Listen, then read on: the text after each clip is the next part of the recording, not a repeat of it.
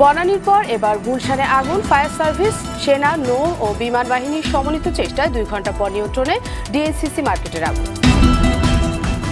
FR টাওয়ারের আগুনে দগ্ধ 42 জনের মধ্যে একজন আশঙ্কাজনক। আইসিইউতে চিকিৎসা চলছে 4 জনের। চতুর্থ ধাপে 22 জেলার 104 উপজেলায় ভোট কাল। কেন্দ্রে কেন্দ্রে যাচ্ছে নির্বাচনের সরঞ্জাম। এবং ঢাকা কলকাতা নৌপথে 70 বছর পর যাত্রীবাহী জাহাজ চলাচল শুরু। ভারতের সঙ্গে সম্পর্ক আরও দৃঢ় হবে মন্তব্য স্বরাষ্ট্রমন্ত্রীর।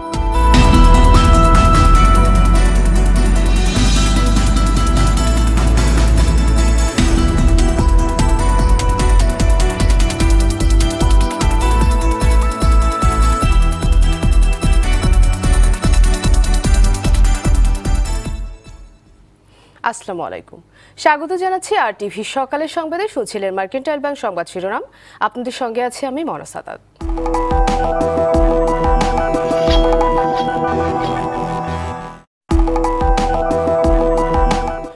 এবার বিস্তারিত। বনানীর দগদগ ক্ষতের মধ্যেই রাজধানীর গুলশান 1-এর ডিএনসিসি মার্কেটে আগুনের ঘটনা ঘটেছে। তবে ফায়ার সার্ভিসের 20টি ইউনিটের সঙ্গে সেনা, নৌ ও বিমান বাহিনীর সদস্যদের 2 ঘণ্টায় সমন্বিত চেষ্টায় আগুন নিয়ন্ত্রণে আসে। প্রত্যক্ষদর্শীরা জানান, ভোর 5টা 40 মিনিটের দিকে মার্কেটের কাঁচাবাজার অংশে এই আগুনের সূত্রপাত হয়। এতে প্রায় আড়াই দোকানের মালামাল পুড়ে গেছে। 2017 সালেও এই মার্কেটটি অগ্নিকাণ্ডে সম্পূর্ণ পুড়ে গিয়েছিল। তারপর অনেকটাই নতুন করে এটি গড়ে তোলা হয়।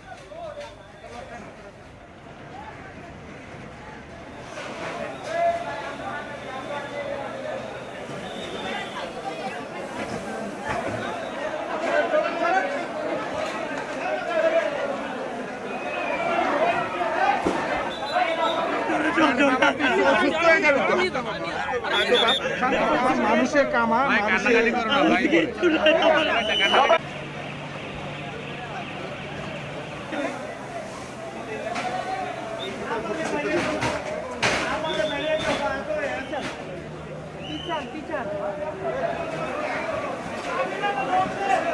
আপনাদের ভালোর জন্য আপনারা বাইরে যান।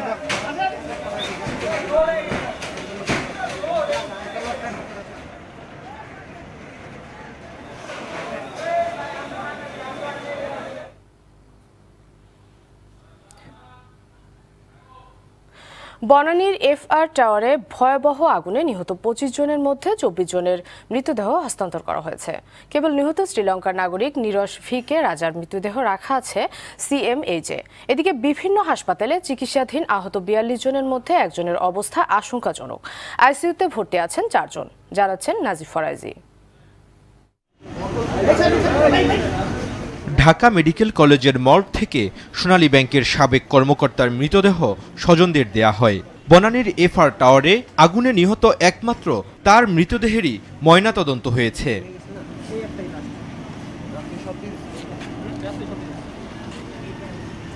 আগুনে নিহতের সংখ্যা নিয়ে প্রথমে কিছুটা বিভ্রান্তি থাকলেও পরে সব সংস্থার তথ্যেই সংখ্যা আসে 25। স্বাস্থ্য অধিদপ্তর থেকে নিহত 25 জনের নাম ঠিকানা প্রকাশ করা হয়েছে। এদের মধ্যে 24 জনের মৃতদেহ স্বজনদের কাছে দেয়া হয়েছে। নিহত শ্রীলঙ্কার নাগরিক নীরশ ভিকে রাজার দেহ রাখা আছে সিএমএইচে। ঢাকা মেডিকেল কলেজ হাসপাতালে ভর্তি আহত 6 জনের মধ্যে একজনের অবস্থা গুরুতর, তাকে আইসিইউতে রাখা হয়েছে। গুলশানের ইউনাইটেড হাসপাতালে ভর্তি 15 জনের মধ্যে আইসিইউতে আছেন 2 জন। উত্তরার ক্রিসেন্ট হাসপাতালের আইসিইউতে আছেন 1 জন। বাকি যারা তারা মোটামুটি স্টেবল আছে, প্রত্যেকেরই একটু শ্বাসকষ্ট আছে, কিন্তু আমার মনে হয় যেগুলো মেডিসিন যারা দেওয়া হচ্ছে এতে ঠিক হয়ে যাবে। এদিকে আহতদের দেখতে কুর্মিটোলা জেনারেল হাসপাতালে যান জাতীয় পার্টির প্রেসিডিয়াম সদস্য জিএম কাদের। সবটুকু বিষয়ে কে কতটুকু ব্যর্থ হলো এবং সেই ব্যর্থতার দায় তো কতটুকু তাদেরকে নিতে হবে, যেটা আইনগতভাবেই সিদ্ধান্তটা নেওয়া উচিত। সকলকে জবাবদিহিতা করতে হয়, এত সহজে জিনিসটাকে কেউ নিয়ে পার পায় না। আহত একজনকে কুর্মিটোলা থেকে ঢাকা মেডিকেলের বার্ন ইউনিটে পাঠানো হয়েছে। নাজিফ ফরাইজি, আরটিভি, ঢাকা। দর্শক, এই মুহূর্তে ঢাকা মেডিকেল থেকে সরাসরি যোগ দিচ্ছেন আমাদের সহকর্মী মাইদুর রহমান রুবেল। রুবেল, চিকিৎসা নেওয়া আহতদের অবস্থা এখন কেমন দেখছেন?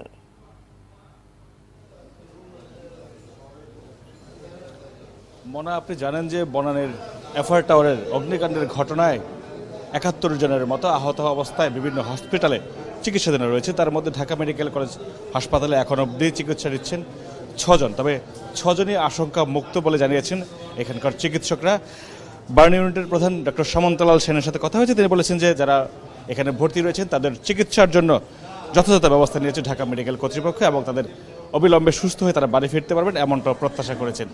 আপনি জানেন যে গত দুদিন আগে অর্থাৎ ২৮ মার্চ বনানীর এফআর টাওয়ার অগ্নিকাণ্ডের ঘটনায় ২৫ জন নিহত হয়েছিলেন এবং ৭১ জন আহত হয়েছিলেন এবং সেই রেশ কাটতে না কাটতেই আবারও আজকে অগ্নিকাণ্ডের ঘটনা ঘটেছে বনানীর ১ নম্বরে ডিএনসিসি মার্কেটে আজকেও অগ্নিকাণ্ডের ঘটনায় পুড়ে গেছে মার্কেটটি এবং ক্ষয়ক্ষতির পরিমাণ এখন পর্যন্ত নিরূপণ না হলেও হতাহতের কোনো খবর পাওয়া যায়নি, এটি স্বস্তির খবর।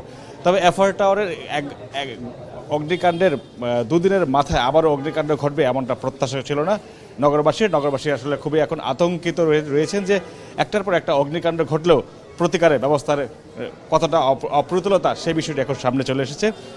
বাংলাদেশের ফায়ার সার্ভিস কিংবা সংশ্লিষ্ট কর্তৃপক্ষের সক্ষমতা নিয়েও প্রশ্ন জেগেছে, সামনে চলে এসেছে সেই বিষয়গুলি। তবে বনানীর এফআর টাওয়ারের অগ্নিকাণ্ডের ঘটনা আসলে নগরবাসীকে যেমন নাড়া দিয়েছে কাঁদিয়েছে মানুষকেও। এই অগ্নিকাণ্ডের ঘটনায় উচ্চ ভবনটিতে আসলে অগ্নি নির্বাপনের ব্যবস্থা না থাকার কারণেই বেড়েছে হতাহতের সংখ্যা, বেড়েছে মৃত্যুর সংখ্যা। ২৫ জন প্রাণ হারিয়েছিল সেই ঘটনায় এবং ৭১ জন আহত হয়ে বিভিন্ন হাসপাতালে চিকিৎসাধীন রয়েছে। আমরা জানি যে ঢাকা মেডিকেল কলেজ হাসপাতাল, কুর্মিটোলা জেনারেল হাসপাতাল, শাহাবুদ্দিন মেডিকেল, ইউনাইটেড হসপিটাল সহ বিভিন্ন হসপিটালে আহতরা চিকিৎসা নিচ্ছেন। তবে কেউ সুস্থ হয়ে ইতিমধ্যে বাড়িও ফিরেছেন এমন খবরও পাওয়া গেছে। তবে ২৫ জন নিহতের ঘটনায় এখন পর্যন্ত ২৪ জনের মৃতদেহ হস্তান্তর করা হয়েছে স্বজনদের মাঝে। তবে একজনের স্বজন এখন পর্যন্ত চিহ্নিত না হওয়ার কারণে এখন পর্যন্ত পৌঁছতে পারেনি। এছাড়া আসলে রাজধানীতে যে পরিমাণ অনিরাপত্তাহীনতায় ভুগছে নগরবাসী, একটার পর একটা অগ্নিকাণ্ডের ঘটনা না নেড়ে দিয়েছে পুরো নগরবাসীর মন।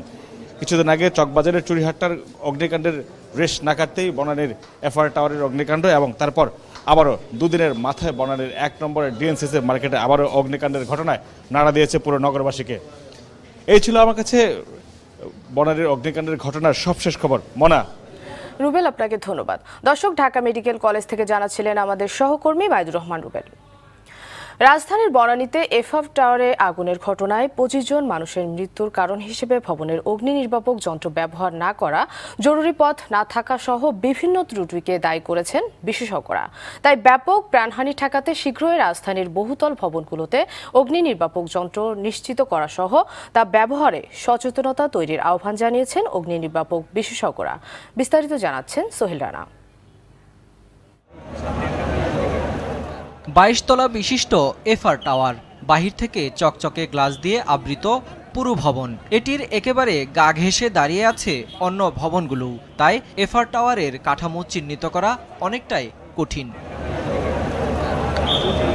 ভবনটিতে ছিল না ফায়ার এক্সিট বা আগুন থেকে রক্ষা পাওয়ার জরুরি নির্গমন পথ। আমি ৫ ঘন্টা চিল্লে একটা অক্সিজেন মাস্ক চাইছি, যে আমার একজন অক্সিজেন মাস্ক দেন, আমি ১০টা মানুষ বাঁচাতে পারবো ভাই, পারি নাই। আমার কেউ অক্সিজেন মাস্ক দেয় নাই। আমার একটা কলিগ ভিতরে অফিসে পড়েছিল, আমি তার জন্য ছিলাম কিন্তু পারি নাই ভাই। ফায়ার প্রোটেকশনের যে বিষয়টা সেটা আসলে আমরা কখনো ইউজ করি নাই, তাহলে আমরা বুঝবো কি করে যে এটা কাজ করতো কিনা? কারণ আমরা তো এখানে জব করতাম।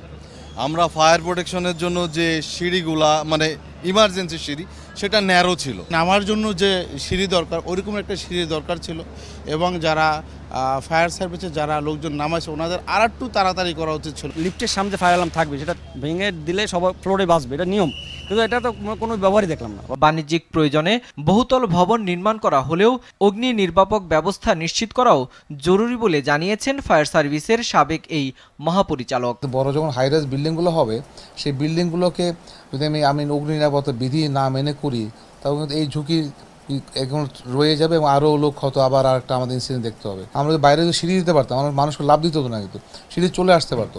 নিয়মিত ফায়ার ডিল করা সহ ভবনের বাসিন্দাদের এ সম্পর্কে সচেতন করার পরামর্শ দেন তিনি। প্রত্যেকটা বিল্ডিং মালিকের অথবা ম্যানেজমেন্ট সিস্টেমে কিন্তু তাদের রাখতে হবে আসলে, আদারওয়াইজ কিন্তু এই ঘটনা ঘটবেই। ড্রিল যদি করতাম তাহলে কিন্তু এটা আমার প্যানিক হতো না আসলে। কারণ যে বিল্ডিংয়ে ড্রিল হবে না ওখানে কিন্তু ইভেন যারা বিল্ডিংয়ের মালিক অথবা বিল্ডিংয়ের সিকিউরিটি গার্ডও জানে না কী করতে হবে। বহুতল ভবন ও জনবসতিপূর্ণ এলাকাগুলোতে অগ্নি নির্বাপক সুবিধা বাড়ানো সহ সতর্কতা না বাড়ালে নিমতলী, চুরিহাট্টা বা বনানীর মতো আরও ভয়াবহ ঘটনা ঘটবে বলে আশঙ্কা বিশেষজ্ঞদের। সোহেল রানা, RTV, ঢাকা। বনানীর দগদগ ক্ষতের মধ্যেই রাজধানীর গুলশান 1-এর ডিএনসিসি মার্কেটে আগুনের ঘটনা ঘটেছে। তবে ফায়ার সার্ভিসের 20টি ইউনিটের সঙ্গে সেনা, নৌ ও বিমান বাহিনীর সদস্যদের 2 ঘণ্টায় সমন্বিত চেষ্টায় আগুন নিয়ন্ত্রণে আসে। এই মুহূর্তে গুলশান 1-এর ডিএনসিসি মার্কেটে আছেন আমাদের সহকর্মী আরাফাতুর রহমান। সেখান থেকে সরাসরি যুক্ত হচ্ছেন তিনি। আরাফাত, আগুন এখন কতটা নিয়ন্ত্রণে এসেছে আর প্রাথমিকভাবে ক্ষতির পরিমাণ কেমন?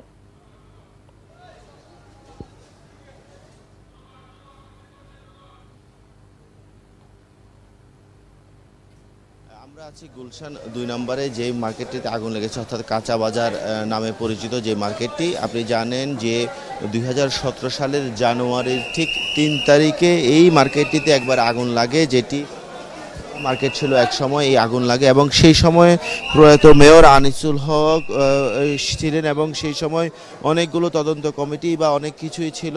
সকাল 6টার সময়, 6টার কিছু পরে এই আগুন লাগে এবং এইখানে আগুন লাগার পরেও একটি সুসংবাদ বা ভালো সংবাদ দিয়ে শুরু করতে চাই। সেটি হচ্ছে যে যখন সকালবেলা আগুন লাগে সেই সময় ঢাকার ট্রাফিক, শনিবার সকাল হওয়ার কারণে ঢাকার ট্রাফিক ছিল না, অর্থাৎ যানজট ছিল না। সেই কারণে ফায়ার সার্ভিস থেকে আমরা যতটুকু খবর পেয়েছি 7 মিনিট থেকে 10 মিনিটের ভিতর ফায়ার সার্ভিসের গাড়িটি এই আগুন লাগার স্থানে চলে আসার কারণে খুব কম সময় এবং মোটামুটি কম সময়ের ভিতরে এবং সম্ভাব্য কম ক্ষয়ক্ষতির মধ্যে এই আগুনটি নির্বাপন করা গেছে বা নিয়ন্ত্রণ করা গেছে।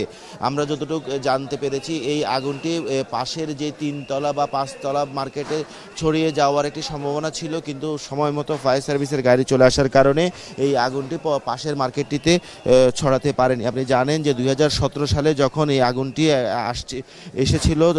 ঘটেছিল তখন কিন্তু পাশের মার্কেটেরও একটি কোনায় লেগে গেছিল, কিন্তু এইবার অর্থাৎ আজকে এই আগুনটি ছড়াতে পারেনি, মোটামুটি আগুনটি নিয়ন্ত্রণ করা গেছে।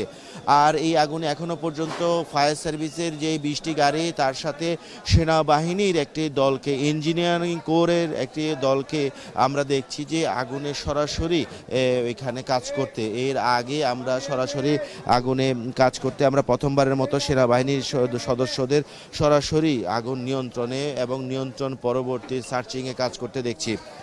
এছাড়া এই মার্কেটটিতে যেই কারণে আগুন লাগার কারণে একটা খোলা চোখে যেটি বলা যেতে পারে, এই মার্কেটটিতে মোটামুটি ফ্রোজেন ফ্রুটের একটি মার্কেট বলা যাচ্ছে। প্রতিটি দোকানে 3টি থেকে 5টি করে ফ্রিজ, অর্থাৎ ফ্রিজার দেখতে পাচ্ছি। আপনারা দেখবেন যে ফ্রিজারের যেই ধ্বংসাবশেষ বা আগুনে পড়ে যাওয়ার পর ফ্রিজার দেখা যাচ্ছে এবং রাতের বেলা এই ফ্রিজারগুলো সবগুলোই চালু থাকে। যে মাছের ফ্রোজেন মাছ, অর্থাৎ আমরা এখানে যে কোরাল মাছ বা ইলিশ মাছ দেখতে পাচ্ছি, সেই ইলিশ মাছ বা ভেটকি মাছ যে মাছগুলো আছে সেই মাছগুলো দেখতে পাচ্ছি।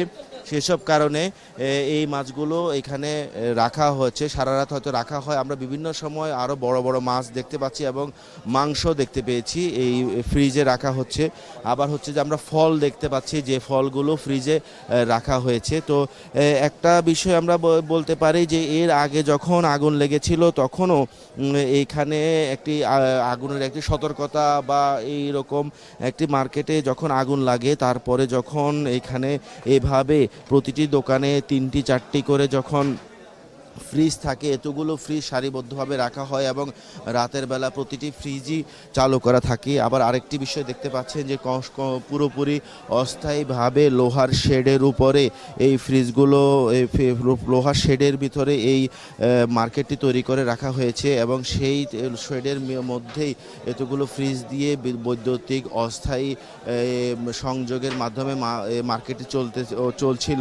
তো তাই কাজে বলা বলা যায় যে অনেকটা অস্থায়ীভাবেই এবং অনিয়ন্ত্রিতভাবে বা অনিরাপদভাবে মার্কেটে চলছিল। তো আরেকটি শেষ বলা যেতে পারে এখনও আগুন পরবর্তী সার্চিংয়ের কাজ চলছে। আর ফায়ার সার্ভিসের পক্ষ থেকে এখনও পর্যন্ত আমরা আনুষ্ঠানিকভাবে কোনো বক্তব্য পাইনি আগুনের সূত্রপাত বিষয়ে। পরবর্তী সংবাদ বুলেটিনে আমরা আগুনের সূত্রপাত বিষয়ে পরবর্তী আগুনের সূত্রপাত বা আগুনের ক্ষয়ক্ষতি বিষয়ে আমরা জানাতে পারবো বলে আশা করি। মোনা। আরাফাত, আপনাকে ধন্যবাদ। দর্শক, গুলশান 1-এর ডিএনসিসি মার্কেট থেকে জানাচ্ছিলেন আমাদের সহকর্মী আরাফাতুর রহমান।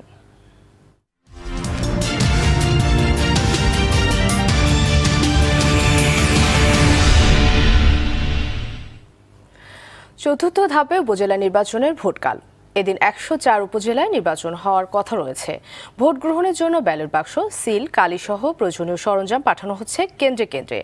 গেল রাতে শেষ হয়েছে প্রার্থীদের সব ধরনের প্রচার।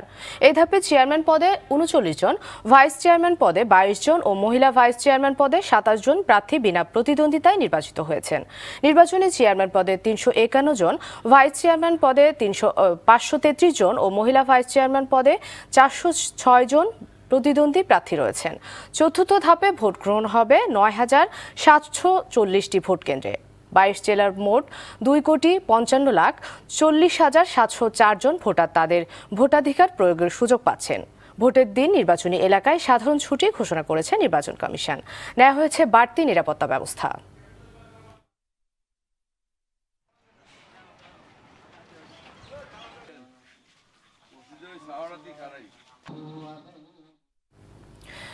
দর্শক, খুলনার 8টি উপজেলা নির্বাচনী খবর জানাতে সরাসরি যোগ দিচ্ছেন আমাদের সহকর্মী এম মনিরুজ্জামান। মনির, কেন্দ্রে কেন্দ্রে নির্বাচনী সরঞ্জাম পাঠানোর বিষয়ে বিস্তারিত জানান। হ্যাঁ মোনা, আপনাকে ধন্যবাদ। পঞ্চম উপজেলা পরিষদ নির্বাচন 2019 উপলক্ষে খুলনার সর্বত্রই উৎসব মুখর পরিবেশ বিরাজ করছে। আপনি দেখতে পাচ্ছেন আমার পিছনে ইজি বাইক সহ বিভিন্ন গাড়ি নিয়ে বিভিন্ন ভোট কেন্দ্র থেকে প্রিজাইডিং অফিসাররা ইতিমধ্যে থানা পর্যায়ে, উপজেলা পর্যায়ে উপজেলা রিটার্নিং কর্মকর্তার অফিসে এসেছেন তাদের ভোটের সামগ্রী নেওয়ার জন্য। ইতিমধ্যে খুলনার 8টি উপজেলায় মোট 96 জন প্রার্থী প্রতিদ্বন্দ্বিতা করবেন। আর 96 জন প্রার্থীকে ভোট দিয়ে নির্বাচিত করবেন 10,67,384 জন প্রার্থী ভোটার। আর এই ভোটকে সুন্দরভাবে সম্পন্ন করার জন্য ইতিমধ্যে গত পরশুদিন জেলা রিটার্নিং কর্মকর্তা প্রতিটা উপজেলা পর্যায়ে ভোট সামগ্রী বিতরণ করেছেন। আজ প্রতিটা উপজেলায় সহকারী রিটার্নিং কর্মকর্তা প্রতিটা উপজেলার প্রিজাইডিং অফিসারদের কাছে তাদের নির্বাচনের সামগ্রী বিতরণ করবেন। ইতিমধ্যে সময় দিয়েছেন 11টা, যদিও সময় তার পূর্বেই এখন পর্যন্ত দেখতে পাচ্ছি আমি সকাল 9টায় আসছি। বিভিন্ন গ্রাম থেকে, বিভিন্ন কেন্দ্র থেকে প্রিজাইডিং অফিসার সহ তাদের আনসার বাহিনী, পুলিশ বাহিনী, বিজিবি সহ বিপুল সংখ্যক লোক এই উপজেলা পর্যায়ে এসে উপস্থিত হয়েছেন তাদের নির্বাচনী সামগ্রী নেওয়ার জন্য। এই নির্বাচনকে সুন্দর সম্পূর্ণ করার জন্য খুলনায় মোট 429 জন প্রিজাইডিং অফিসার দায়িত্ব পালন করবেন। সহকারী প্রিজাইডিং অফিসার 2905 জন দায়িত্ব পালন করবেন এবং 5,810 জন পুলিং অফিসার এই নির্বাচনকে সুন্দর সার্থকভাবে পরিচালনা করবেন, এমনটাই জানিয়েছেন নির্বাচন রিটার্নিং কর্মকর্তা।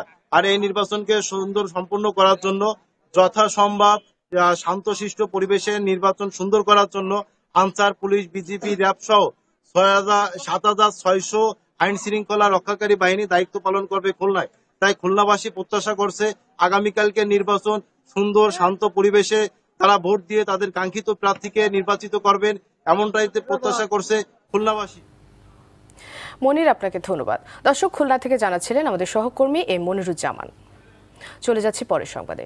স্বরাষ্ট্রমন্ত্রী আসাদুজ্জামান খান কামাল বলেন, ভারতের সঙ্গে দেশের যাত্রীবাহী নৌ চলাচল 70 বছর বন্ধ ছিল। প্রধানমন্ত্রীর তত্ত্বাবধানে ও তার প্রচেষ্টায় আবার এই নৌ চলাচল শুরু হলো। এটি যোগাযোগের মাইল ফলক হয়ে থাকবে।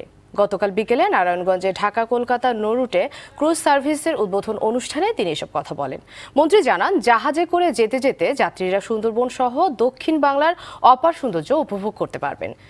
এই ক্রুজ শিপের মাধ্যমে দুই দেশের সম্পর্ক আরও দৃঢ় হবে। পরে যাত্রীবাহী ক্রুজ শিপ এমভি মধুমতি ভারতের কলকাতার উদ্দেশ্যে ছেড়ে যায়।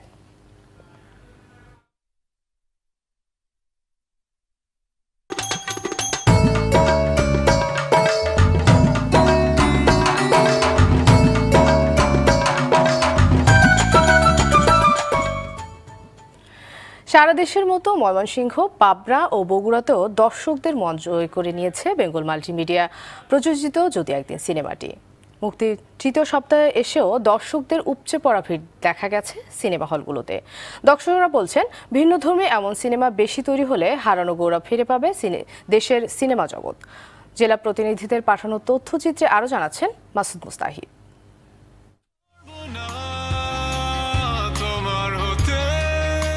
বেঙ্গল মাল্টিমিডিয়া প্রযোজিত নতুন কাহিনী নিয়ে সম্পূর্ণ সামাজিক যদি একদিন সিনেমাটি বিনোদন ও সিনেমা প্রেমিকদের মধ্যে ব্যাপক সাড়া জাগিয়েছে। ছোট বড় সব বয়সী মানুষের মন ছুঁয়ে গেছে বলছেন দর্শকরা। দেখে অনেক ভালো লাগছে, ভিন্নধর্মী একটা সিনেমা, সামাজিক সিনেমা। বাবা না হয়েও বাবার স্নেহ, মমতা, ভালোবাসা দিয়ে যে ছবিটা করা, এটা আমার কাছে অনেক ভালো লাগে। এর নায়ক, নায়িকা ও শিশু শিল্পী সহ সবার অভিনয়ে মন কেড়েছে পাবনার সব শ্রেণী পেশার মানুষের। এই ধরনের চলচ্চিত্র নির্মিত হলে দেশের হল ব্যবসা আবার প্রাণ ফিরে পাবে। আমি দেখে অনেক ভালো লাগছে আমার।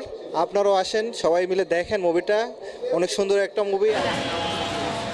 দীর্ঘদিন পর সামাজিক কাহিনী নির্ভর ছবি পেয়ে মুগ্ধ ময়মনসিংহবাসীও। তাহসানকে আমরা যেরকম চরিত্রে প্রত্যাশা করি, যেরকম আশা করি, সেরকম একটি চরিত্রই তাহসান আমাদের উপহার দিয়েছে।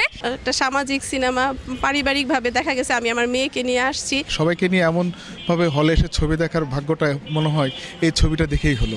এমন ছবি বেশি মুক্তি পেলে বাংলা সিনেমা জগতের সোনালী অতীত আবারও ফিরে আসবে মনে করেন সিনেমা প্রেমীরা। ধন্যবাদ আরটিভি কর্তৃপক্ষকে পরিচ্ছন্ন ছবি উপহার দেওয়ার জন্য। অনবদ্য একটি সংসার, অনবদ্য একটি পরিবারকে কিভাবে মোহিত করতে হয় তার একটি প্রতিচ্ছবি এই সিনেমার মধ্যে, যদি একদিন সিনেমার মধ্যে।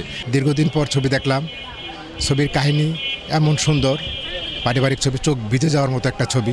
এরকম ছবি যদি বেঙ্গল মাল্টিমিডিয়া বা অন্যান্য প্রোডাকশন হাউস যদি এরকম সুন্দর ছবিগুলো করে, তাহলে মানুষ যে হল বিমুখ হয়েছে হলমুখী হবে। এদিকে উত্তরবঙ্গের একমাত্র 5 তারকা হোটেল বগুড়ার মম ইন এর সিনেপ্লেক্সে ও শহরের আল আমিন কমপ্লেক্সে অবস্থিত সোনিয়া সিনেমা হলে গেল 2 সপ্তাহ যাবৎ একযোগে চলছে যদি একদিন সিনেমাটি। আমি আমার ফ্যামিলিদেরকে নিয়ে এসেছি এবং তাদেরকে নিয়ে মুভিটা দেখে অনেক মজা পেয়েছি। এই মুভিগুলো যারা তৈরি করছে, আমি চাই যে তারা আরো ভালো মুভি তৈরি করুক। এই টাইপের মুভি যদি পরিচালকরা আরো বেশি তৈরি করে, দর্শকরাও হলমুখী হবে। গেল 8 মার্চ আন্তর্জাতিক নারী দিবসে সারা দেশের বিভিন্ন জেলার মতো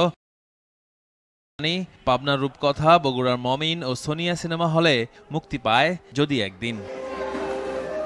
মাসুদ মুস্তাহিদ, আরটিভি। সকালের সংবাদ শেষ করার আগে মার্কেন্টাইল ব্যাংক শিরোনামগুলো জানিয়ে দিচ্ছে আরো একবার।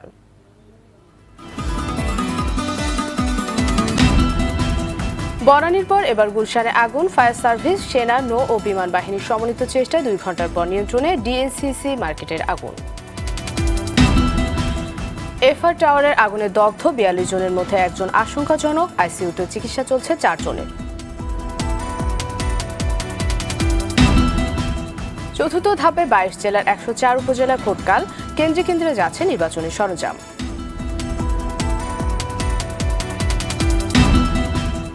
এবং ঢাকা কলকাতা নৌপথে 70 বছর পর যাত্রীবাহী জাহাজ চলাচল শুরু, ভারতের সঙ্গে সম্পর্ক আরও দৃঢ় হবে মন্তব্য স্বরাষ্ট্রমন্ত্রীর। সকালের সংবাদ এই পর্যন্তই। আর টিভির সব শেষ সংবাদ জানতে যে কোনো মোবাইল ফোন থেকে 2414 নম্বরে ডায়াল করুন। আর মোবাইল ফোনের সংবাদ দেখতে অ্যাপ স্টোর, গুগল প্লে বা উইন্ডোজ স্টোর থেকে ডাউনলোড করুন আরটিভি অ্যাপস। এছাড়াও তাৎক্ষণিক ও বিনোদন সংবাদ জানতে বিশ্বের যে কোনো প্রান্ত থেকে ভিজিট করুন facebook.com/rtvonline এবং youtube.com/rtvdigitals। এতক্ষণ সঙ্গে থাকায় ধন্যবাদ সবাইকে।